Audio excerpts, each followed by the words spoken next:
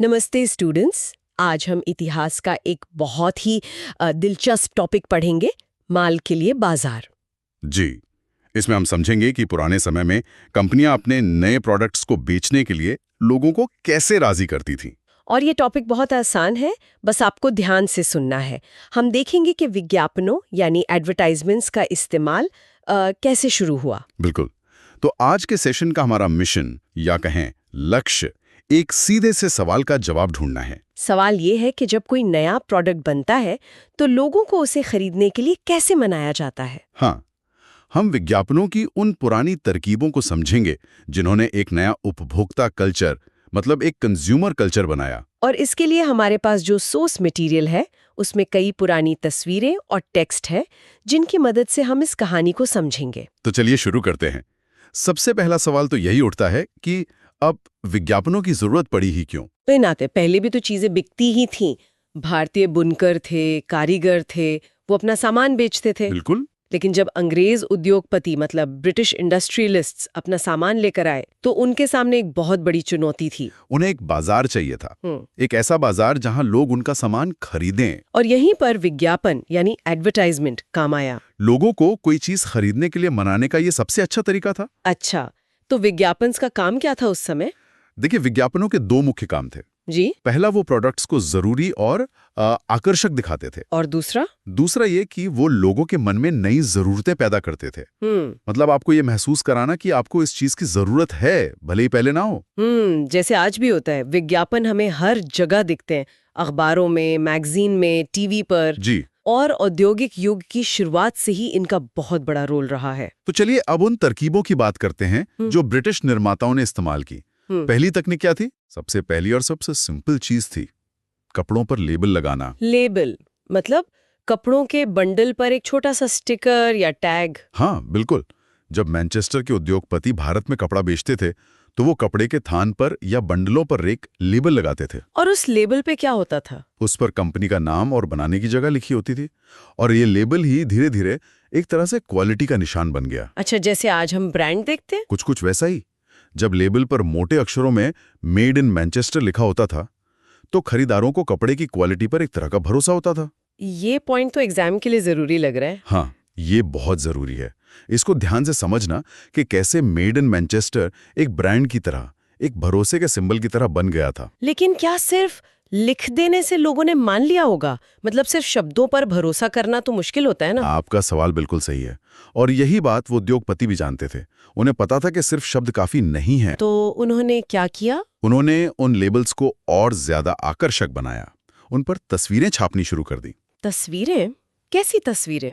भारतीय देवी देवताओं की तस्वीरें। अरे वाह, ये तो बहुत ही क्लेवर मूव था। बहुत ज्यादा। सोचिए, जब आप किसी विदेशी कपड़े के लेबल पर देवी लक्ष्मी या सरस्वती की तस्वीर देखते हैं तो क्या होता है? वो प्रोडक्ट, वो विदेशी चीज थोड़ी अपनी सी लगने लगती है। जानी पहचानी सी। एग्जैक्टली। उस प्रोडक्ट को एक तरह की दैवीय स्वीकृति, डिवाइन अप्रूवल मिल जाती थी। लोगों को लगता था कि अगर इस पर भगवान की तस्वीर है तो ये अच्छा ही होगा। हमारे सोर्स में एक ग्राइप वाटर का कैलेंडर भी है 1928 का, जिस पर बालकृष्ण की तस्वीर है। जी, वो भी इसी रणनीति का एक हिस्सा था। ग्राइप वाटर बच्चों के लिए होता है और बाल कृष्ण की तस्वीर लगाकर उन्होंने उसे हर माँ की भावना से जोड़ दिया। मतलब विदेशी चीजों को भारतीयों के लिए फेमिलियर बनाने की कोशिश थी। बिल्कुल। इसके अलावा उन्होंने एक और तरह की तस्वीरों का इस्तेमाल किया। वो क्या? महत्वपूर्ण लोगों की तस्वीरें, जैसे राजा महाराजाओं की। हमारी सोर्स में एक मैनचेस्टर लेबल है जिस पर महाराजा रणजीत सिंह की तस्वीर है। अच्छा, तो इसका क्या मकसद था? इसका संदेश साफ था। जब किसी सम्मानित व्यक्ति की तस्वीर इस्तेमाल होती है तो प्रोडक्ट के लिए भी एक सम्मान पैदा होता है। मतलब ये कि अगर राजा महाराजा इस प्रोडक्ट का इस्तेमाल करते हैं तो इसकी क्वालिटी तो अच्छी होगी ही। हाँ, या फिर ये कि अगर आप इस शाही व्यक्ति का सम्मान करते हैं तो इस प्रोडक्ट का भी सम्मान करें। ये एक तरह से उस सम्मान को उधार लेना था। तो लेबल्स के जरिए उन्होंने दुकान पर तो अपनी जगह बना ली, लेकिन घर घर तक कैसे पहुंचे? उसके लिए उन्होंने एक और बहुत असरदार तरीका अपनाया, कैलेंडर का इस्तेमाल। कैलेंडर? ये तो हर घर में होता है। यही तो इसकी खासियत थी। 19वीं सदी के अंत में ये बहुत पॉपुलर हो गया और इसकी वजह ये थी कि अखबार और मैगजीन्स तो सिर्फ पढ़े लिखे लोग ही पढ़ सकते थे। लेकिन कैलेंडर तो वो लोग भी इस्तेमाल करते थे जो पढ़ नहीं सकते थे। जी, और ये कैलेंडर चाय की दुकानों में, गरीबों के घरों में, दफ्तरों में, हर जगह टंगे रहते थे। मतलब विज्ञापन पूरे साल दिन रात लोगों की नजरों के सामने रहता था। बिल्कुल। इससे विज्ञापन का असर कई गुना बढ़ जाता था। और इन कैलेंडरों पर भी नए प्रोडक्ट्स को बेचने के लिए भगवान की ही तस्वीरें होती थी। हमारे पास 1934 का सनलाइट साबुन का एक कैलेंडर है जिसमें भगवान विष्णु को रोशनी लाते हुए दिखाया गया है। हाँ, ये एक बेहतरीन उदाहरण है। इसमें संदेश क्या है? जैसे भगवान विष्णु दुनिया में रोशनी लाते हैं, हाँ, वैसे ही सनलाइट साबुन आपके घर में सफाई और चमक लाएगा। सही पकड़ा। एक मामूली से प्रोडक्ट को एक दैवीय गुण से जोड़ दिया गया। ये कितनी पावरफुल टेक्निक थी, है ना? हाँ, बहुत ज्यादा। अगर आपको एक्सप्लेनेशन हेल्पफुल लग रही है तो वीडियो को लाइक कर दीजिए और ऐसे ही सिंपल एक्सप्लेनेशंस के लिए हमारे चैनल पाठशाला AI को सब्सक्राइब करें। बेल आइकन प्रेस करना मत भूलना ताकि नेक्स्ट वीडियो मिस ना हो। तो हम बात कर रहे थे कि कैसे ब्रिटिश निर्माताओं ने धर्म और राजशाही का इस्तेमाल किया। जी, लेकिन कहानी में एक बड़ा मोड़ तब आया जब भारतीय निर्माताओं ने विज्ञापन देना शुरू किया। बिल्कुल, ये एक जबरदस्त मोड़ था। जब भारतीय निर्माताओं ने विज्ञापन बनाना शुरू किया तो उनका संदेश सिर्फ प्रोडक्ट के बारे में नहीं था। उनका संदेश राष्ट्रवादी था। हाँ, राष्ट्रवादी यानी नेशनलिस्ट। उनका संदेश था, अगर आपको देश की परवाह है तो भारतीयों द्वारा बनाए गए उत्पाद ही खरीदें। तो उन्होंने अंग्रेजों के हथियार को ही उनके खिलाफ इस्तेमाल कर लिया। आप ऐसा कह सकते हैं, विज्ञापन अब स्वदेशी के राष्ट्रवादी संदेश का एक माध्यम, एक व्हीकल बन गए। मतलब अब सामान खरीदना सिर्फ एक जरूरत नहीं बल्कि देश प्रेम दिखाने का एक तरीका बन गया। जी, विज्ञापनों में सीधे सीधे अपील होती थी, स्वदेशी का प्रचार होता था। हमारे सोर्स में एक भारतीय कपड़ा मिल का लेबल भी है, उसमें भी एक देवी की तस्वीर है, लेकिन वो ब्रिटिश लेबलों से बहुत अलग है। बहुत अलग। उस लेबल में एक देवी को भारतीय मिल में बना कपड़ा देते हुए दिखाया गया है। वो लोगों से भारत में बनी चीजों का उपयोग करने के लिए कह रही हैं। तो यहाँ देवी एक तरह से राष्ट्र का, भारत माता का प्रतीक बन गई। बिल्कुल, वो राष्ट्र की आवाज बन गई। ये विज्ञापन सिर्फ कपड़ा नहीं बेच रहा था, ये एक आंदोलन को ताकत दे रहा था।